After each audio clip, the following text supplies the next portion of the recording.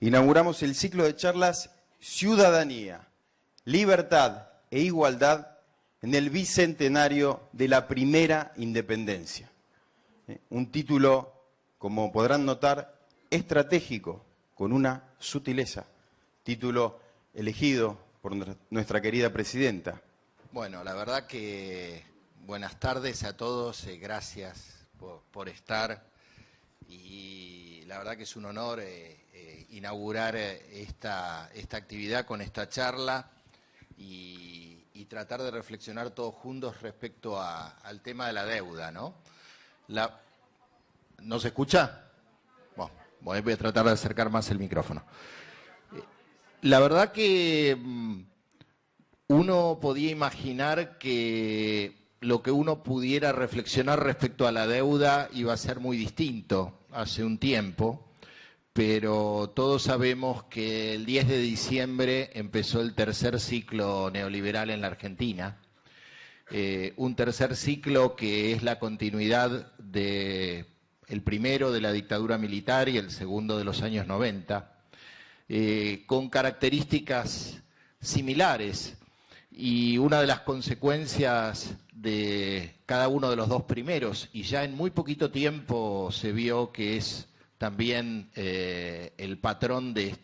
esta tercera fase del neoliberalismo, el primero que fue, digamos, impuesto por las urnas con una verdad relativa, ¿no? Porque el primero fue por un golpe y el segundo fue por una traición. Este fue, digamos, por un semi-engaño, digamos, pero con más legitimidad. Es el endeudamiento del país. Y uno podría diferenciar esos tres periodos respecto a los dos que quedan en el medio, pero particularmente el segundo, ¿no? El primero fue el gobierno de Alfonsín, donde prácticamente hubo una, digamos, situación de relativa estabilidad en este tema, pero sí una gran diferencia respecto al periodo 2003-2015, donde por primera vez desde el gobierno del general Perón hubo un proceso de desendeudamiento y de autonomía nacional. ¿Y cuáles son las diferencias precisamente entre estos periodos? Tanto en los dos primeros como en este, lo que hay es una subordinación a la hegemonía de los países centrales, una desregulación financiera y comercial llamado apertura de la economía y un ajuste, ¿no? Y tanto en la época de la dictadura como en los años 90, ¿sí? Esa desregulación económica, esa apertura de la economía, de la única manera que pudo ser sustentada, en los dos casos, ¿sí? En la dictadura y en los años 90, en el comienzo de Menem, se empezó con una gran devaluación, ¿sí? Con una baja del salario, o sea, lo mismo de ahora, y siguió con el endeudamiento. Que termina siendo siempre la válvula de escape y la única forma de que un modelo neoliberal, un modelo antipopular y antinacional se pueda sostener en el tiempo. Porque cuando se tiene un modelo económico que no fomenta ni la producción, ni la inversión nacional, ni el consumo, que baja el salario, ¿sí? No se genera ni una acumulación económica que permita crecer, y mucho menos un proceso equitativo que sustente ese proceso de crecimiento. Qué distinto esto a lo que vivimos desde el año 2003 al 2015, donde se recuperó la autonomía nacional, donde se le dijo chau al Fondo Monetario Internacional, donde se negoció la deuda con firmeza, con dignidad, o sea, la quita que se hizo de la deuda en el año 2005 y en el año 2010 con los bonistas, ¿sí? Fue de aproximadamente el 66%, 2/3, fue la quita más importante de la historia con tenedores de bonos por parte de un país soberano. con un proceso de crecimiento, de desarrollo, con inclusión, que tomaba determinadas medidas para proteger al mercado interno. Yo les había hablado de apertura comercial y financiera durante los 3 gobiernos de Néstor, uno más los 2 de Cristina, ¿sí? La defensa del mercado interno, el control al comercio exterior y la regulación a los movimientos de capitales fueron todo un conjunto de medidas coherentes tendientes a generar un proceso de recuperación después de la grave crisis del año 2001. Y siempre pasó, o sea, nosotros sabemos cómo terminaron esos 2 modelos, tanto en el año 82, en el caso de la crisis de la política de Martínez de Hoz, como cómo terminó en el 2001 la política neoliberal de los años 90. Siempre, ¿sí?, esos procesos de endeudamiento, ajuste y desarticulación del Estado terminan con una crisis cambiaria, con procesos de devaluación, de inflación, con crisis bancarias, con corridas bancarias. Y eso ha sido siempre la experiencia, si nos fuéramos más atrás en la historia de la Argentina, fines del siglo XIX, en 1890, o si fuéramos a la crisis del 30, siempre pasó lo mismo cuando se aplica la misma receta. Y lo mismo pasa si uno quiere escapar de la experiencia argentina, de lo que ha pasado de otros países de América Latina o países europeos. El caso de Grecia, por ahí es el caso más conocido, que aplican estas mismas políticas. Entonces, cuando muchas veces los periodistas o preguntan, ¿usted quiere que al gobierno de Macri le vaya bien? A ver, no es un tema de deseo o de no deseo, y creo que no es relevante lo que cada uno piense. O sea, la única realidad es que cuando se aplica sistemáticamente recetas que han fracasado, el resultado es el conocido, a la corta o a la larga, porque mientras entren capitales financieros especulativos, esto se puede sostener o hasta puede haber como una suerte de sensación térmica mejor durante algún tiempo, ¿no? Por ejemplo, es totalmente esperable que en algún momento esta recesión brutal, con estas tasas de interés exorbitantes que están generando una bicicleta financiera fenomenal, ¿sí?, haga que la inflación caiga. ¿Por qué? Porque se está destruyendo la capacidad de consumo, porque los 140.000 despidos, ¿sí?, una baja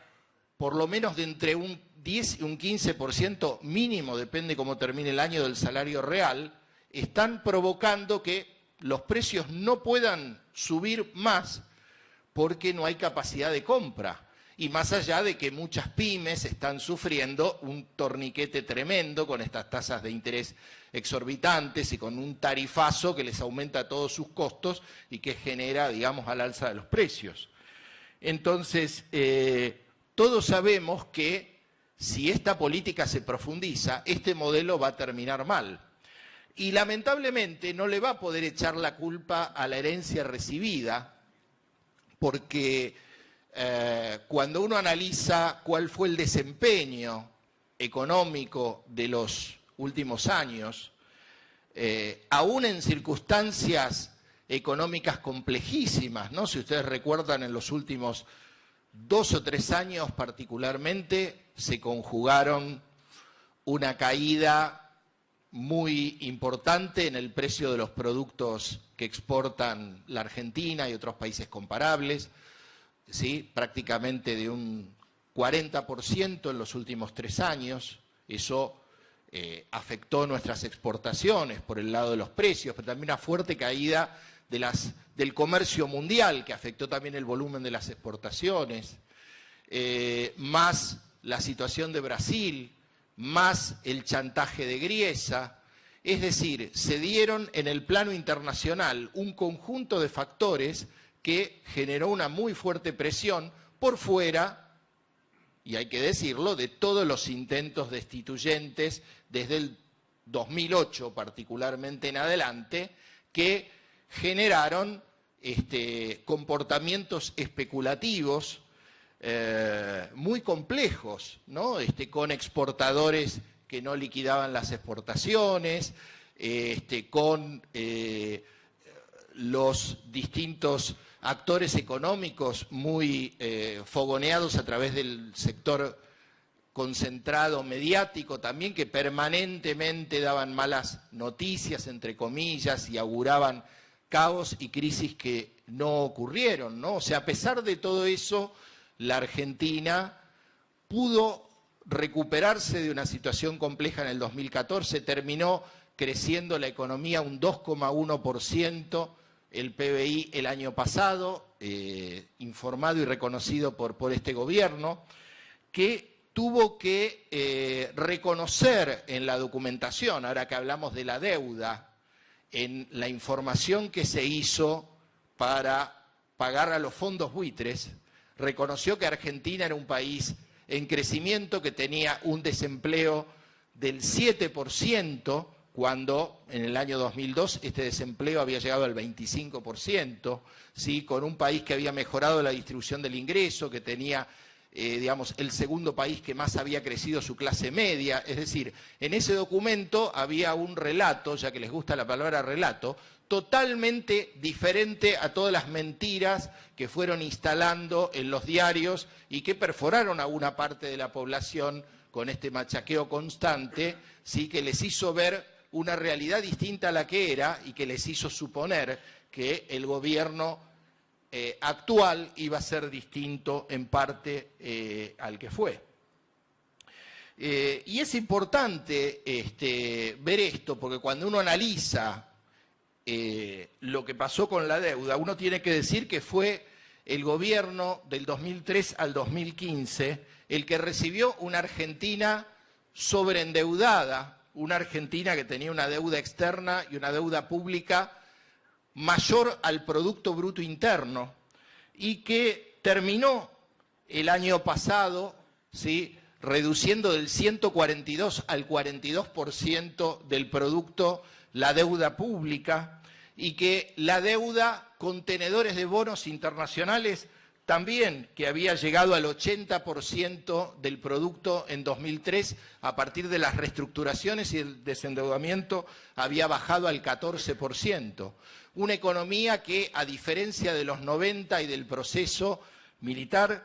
tuvo superávit de balanza comercial permanente hasta el año 2014, que tuvo una situación fiscal manejable también todos estos años, con un crecimiento permanente, salvo el año 2009 de la crisis internacional y el 2014, el crecimiento récord en el siglo XX para la Argentina, ¿sí?, con un crecimiento, ¿sí?, alguna vez lo habrán escuchado, no, pero la inflación entre 2003 y 2015 era del 700%, pero lo que no dicen es que los salarios formales e informales crecieron un 1100%,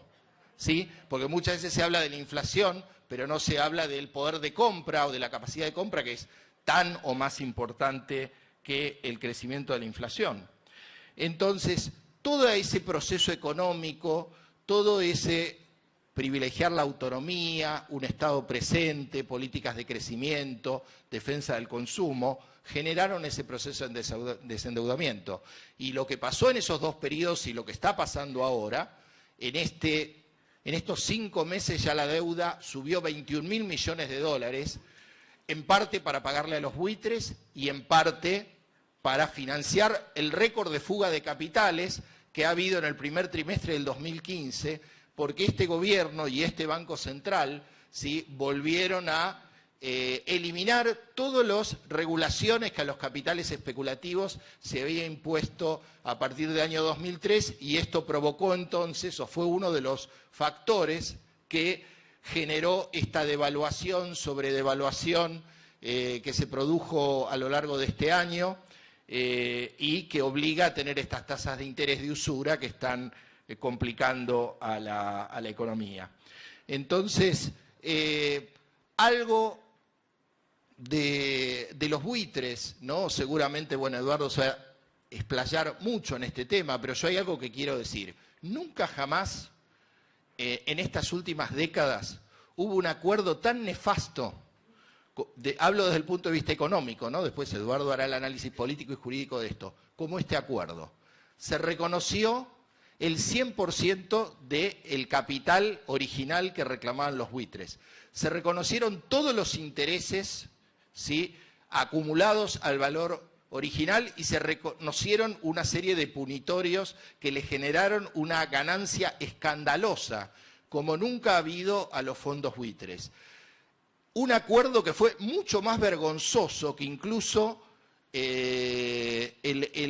plan Brady que hizo Menem, que había logrado un 35% de quita de la deuda. O sea, el gobierno de Macri, el de Pratgay, el de este gobierno, que no lo digo yo, ni lo dice gente de nuestro gobierno, lo dice el Financial Times, ¿sí?, lo dice el Wall Street Journal, es el gobierno de los CEOs y es el gobierno de los banqueros, que están gobernando y están pagando y generando negocios y comisiones, ¿sí?, para quienes trabajaron y seguramente muchos siguen trabajando y seguramente van a trabajar en el futuro, ¿sí?, porque estos 21.000 millones de dólares sí que seguramente se van a incrementar en los próximos meses y en los próximos años, implican intereses, implican comisiones, y por eso es que los círculos financieros internacionales lo felicitan. Es decir, es el acuerdo más vergonzoso de las últimas décadas de la Argentina, que se podía haber manejado de otra manera, no apurándose, pero claro, el apuro era para endeudar el país. Ese era el apuro, porque siempre cuando uno negocia tiene que manejar los tiempos, tiene que discutir duramente, pero también hace muy poquitos días en el Financial Times los banqueros con los que cerraron decíamos, bueno, con el gobierno argentino somos casi como un club de amigos. Entonces, a confesión de parte, relevo de prueba, ¿no? Entonces, bueno, creo que está absolutamente claro entonces cuál es el rumbo y cuál es la orientación de este gobierno, cuyas medidas económicas, más allá de contradicciones operativas o de medidas con algún tipo de incoherencia, lo cierto es que tienen una coherencia, yo diría, conceptual clarísima, que tiende a favorecer integralmente a los sectores económicos concentrados, vía la reducción de las retenciones, vía el aumento de las tarifas, vía la devaluación, vía de la actitud de este gobierno respecto a la suspensión de los despidos, a los despidos mismos, tanto por el drama humano como por lo que implica desarticulación del Estado, o sea, lo que implica que un montón de programas científico-tecnológicos, culturales, no sé, estoy pensando en el ARSAT, por ejemplo, estoy pensando en tantas cosas que se habían generado a lo largo de estos años, sí, con este criterio, por un lado, contable berreta, de ajuste, pero también de intereses, porque cuando el Estado argentino deja de hacer determinadas cosas, como por ejemplo también el procrear, hay algún otro privado que lo va a hacer, pero claro, mucho más caro para favorecer el lucro privado. Entonces, para ir terminando, ¿cuánto me quedan? 5 minutos. Respecto a las perspectivas, bueno, creo que es absolutamente claro que el rumbo ya los argentinos lo están aprendiendo, digamos, con carne, con sangre, en el sentido de que la devaluación, el ajuste, solo pueden tener resultados económicos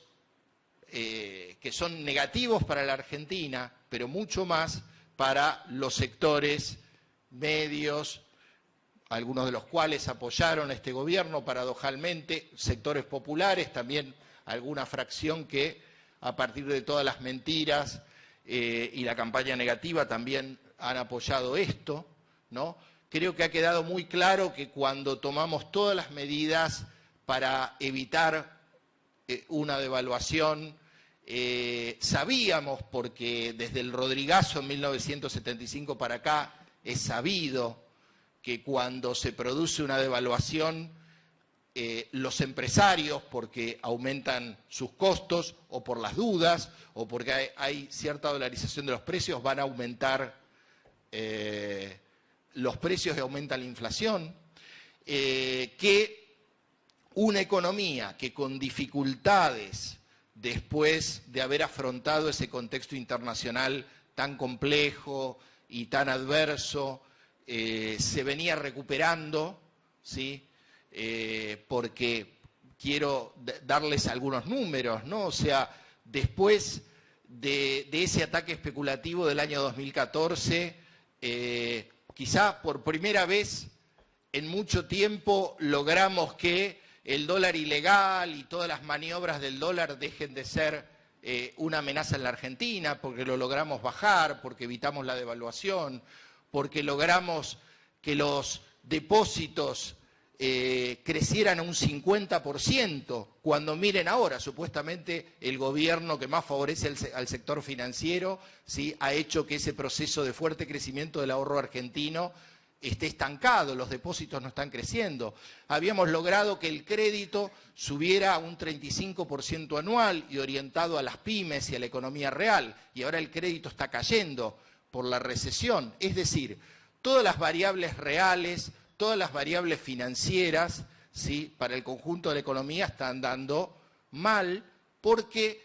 a la economía y porque a la gente concreta y de carne y hueso le está yendo mal. Entonces, lo que habrá que pasar, seguramente, va a ser una supuesta calma financiera por el endeudamiento,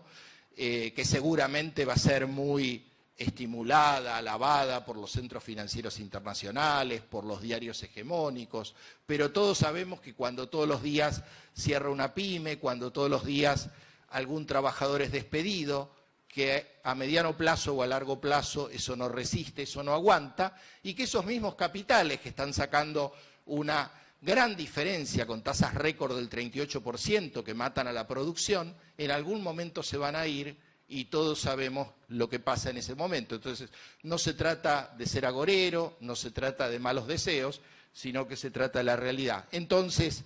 para terminar, yo creo que estamos en un momento donde es absolutamente necesario resistir esta persecución, resistir estas políticas que están haciendo sufrir de distintas formas a tanta gente, ¿no?, con despido, con miedo al despido, con baja el salario, con persecuciones, con humillaciones, con miedo a vivir peor, con la imposibilidad por ahí de darse gustos mínimos, ¿sí?, o algunos lujos que al amparo de 12 años de crecimiento muchos sectores medios y muchos trabajadores podían darse luego de trabajar tantas horas y con tanto sacrificio durante tantos años. Y creo que es muy importante organizarnos, que es muy importante aglutinarnos, que es importante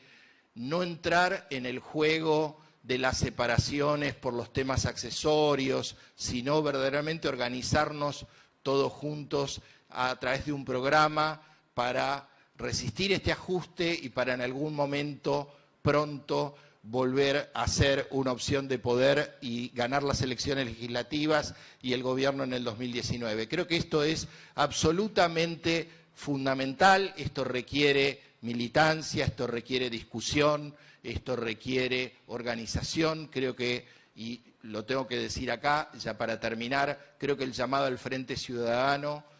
en aras de unir a todos los sectores nacionales y populares, más allá de cómo hayan votado, más allá de qué balance hagan respecto a el legado de nuestro gobierno, creo que es fundamental para poder parar este ataque tan brutal que estamos viviendo los argentinos, con los buitres de afuera, con los buitres de adentro, con este gobierno que está claramente al servicio de los intereses transnacionales y de los grandes grupos económicos, y entonces eso requiere mucha lucidez, mucho trabajo, mucha organización, como se decía en otro tiempo, unidad, solidaridad y organización para volver a profundizar, para recuperar, para continuar la obra inconclusa que hicimos hasta el año 2015 y seguramente sobre la base de este aprendizaje doloroso y de la conciencia del pueblo de esta brutalidad que está viviendo, seguramente entonces vamos a poder retomar esta tarea que quedó pendiente y verdaderamente hacer realidad esta segunda independencia que todos nos debemos. Muchas gracias.